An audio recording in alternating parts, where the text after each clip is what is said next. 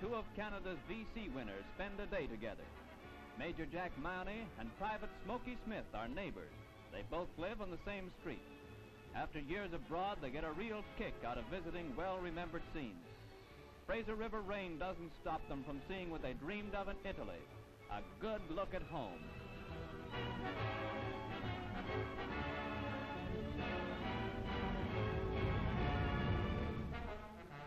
At an informal dinner, the subject of post-war plans is discussed by the two friends. By the way, Smokey, have you made any post-war plans? No, I haven't got any. But I think when the boys come out of the battlefields in France and Italy, I think that'll be time enough for our post-war plans. What about you? Well, Smokey, I feel very much as you do. Until the Germans and the Japanese are defeated, the soldier hasn't much time for post-war plans. Jack, I think you've expressed what every Canadian soldier's thinking on all world battlefronts. Mayor Mott of New Westminster explains the work of his committee. Veterans of the past and present war, under his leadership, have found satisfactory employment for 80 discharged servicemen and women of the district. The little red schoolhouse where both the boys were educated is revisited. A grand welcome awaits them as they meet the sons and daughters of their comrades in arms. There'll be no studies today with New Westminster's favorite sons around.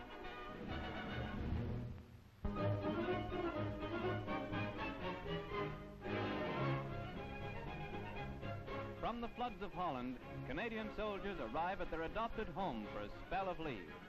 Since after Christmas, rotational leave from the battlefronts has been obtainable. For one sergeant, the first stop is a telephone booth. At the other end, his wife, also in the service, wastes no time in getting leave to join hubby. It's home but quickly, and into civvies to welcome her warrior. And what a welcome.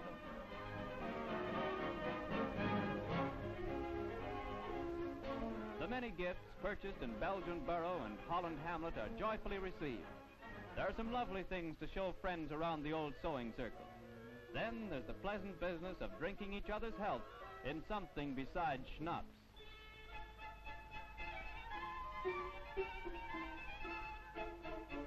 Another leave man receives a warm welcome in the home of his aunt at Rudgwick. How pleasant it is after months of campaigning to sit before the fire in a cozy English home. There's a lot of news to be told by both sides. Local gossip and tales of the field are swapped over a drop of prime vintage.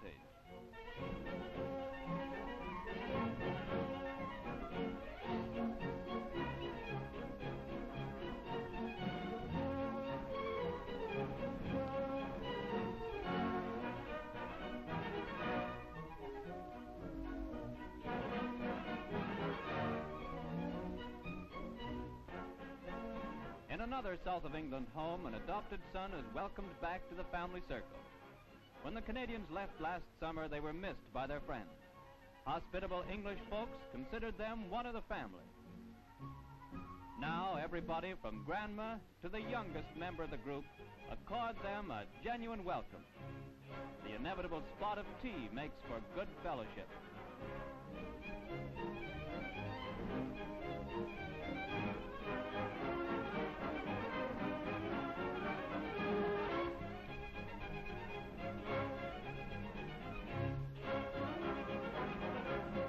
Canadian service clubs offer their hospitality to the lads who like to meet other service comrades.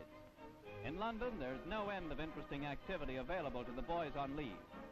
Shows, sports, and dances all may be taken in. One lad puts on the dog for a very special event. It is the Valentine Dance of 42 Company CWAC. The boys with divisional, corps, and army patches get a real play from the fair Canucks of London's CWAC.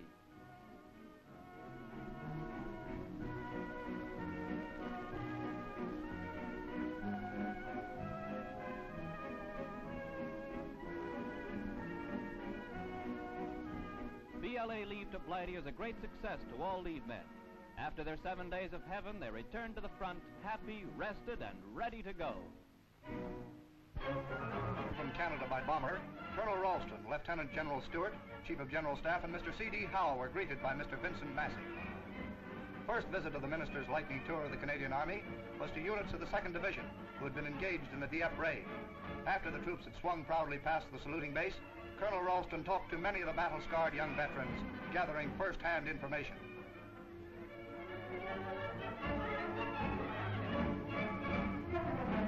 At CRU, the minister certainly learned the ropes. At an artillery demonstration, light ack crews showed speed and skill, while 25-pounders blasted away at distant targets.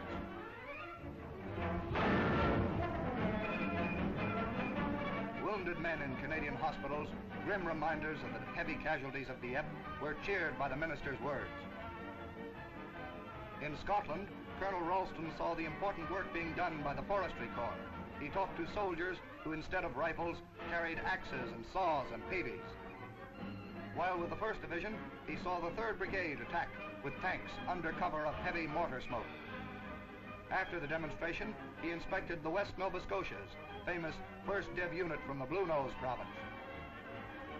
And then to the 3rd Division, where the minister inspected units of the 9th Highland Brigade, including the massed pipe bands of the 3 battalions.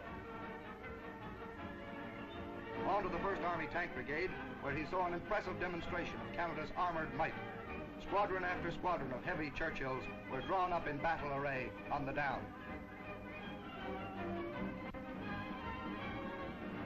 At the 5th Div, the skirl of pipes welcomed the minister to the Cape Breton Highlanders. For this was Colonel Rowleston's former unit, the old 85th, whom he commanded in the last war. The last item on the crowded program was a flying visit to units of the newly arrived 4th Division.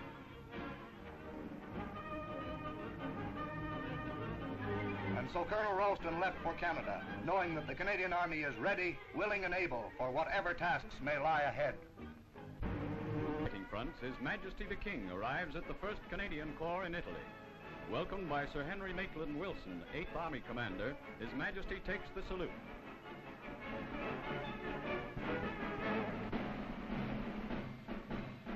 Major John Mackenzie is invested with the Victoria Cross, the 2nd VC of the Canadian Army in Italy.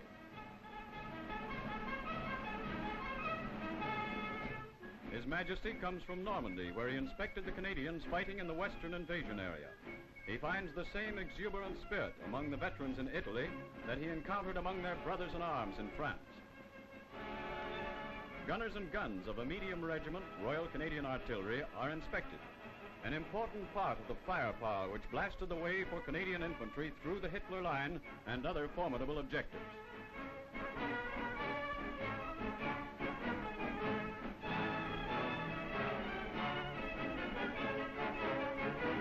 The tank crews, who distinguished themselves in the early days of the Corps' formation, parade their long line of armor for the King's review. The King is confident of success. He looks to the day when the giant nutcracker will exert sufficient pressure from the west and south to smash the Nazi shell. Canadians supply vital force on both sides of the trap to aid in the final collapse. Convoy, lifeblood of nations at war, steams out under the protecting guns of a Royal Canadian anti-aircraft cruiser. In the pleasant sunshine, the gun crews go about their duties as the ships of the convoy plow on with their vital cargo. Then, suddenly, strange aircraft are spotted. Soon the serene sky turns hostile with enemy planes.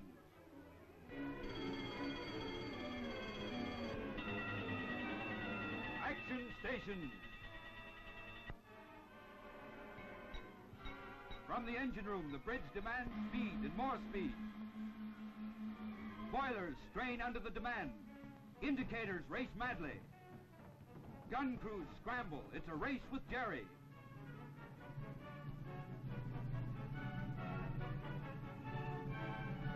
Men and guns are pitted against planes and bombs. And the prize? Ships of the convoy.